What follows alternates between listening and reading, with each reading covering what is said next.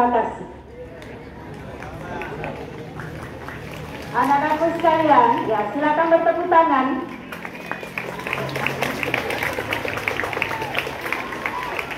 Iya, sudah. Terima kasih.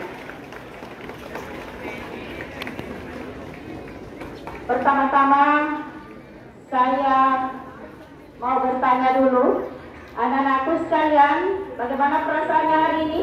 Aman dan bahagia? Siapa yang tidak bahagia hari ini? Ada yang tidak bahagia?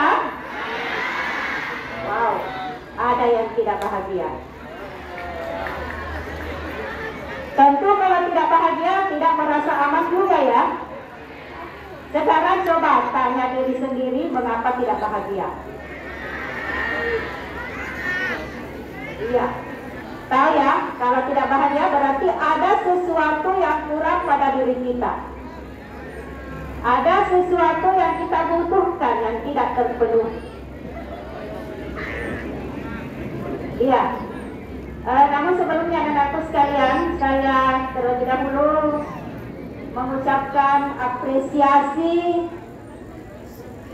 kepada kelas 98 yang telah melaksanakan kepada pelaksana upacara pada pagi hari ini. Kita berikan aplaus dulu. Terima kasih kepada Bapak Wali Kelas Pembina yang telah memberikan pembinaan serta latihan kepada perwaliannya.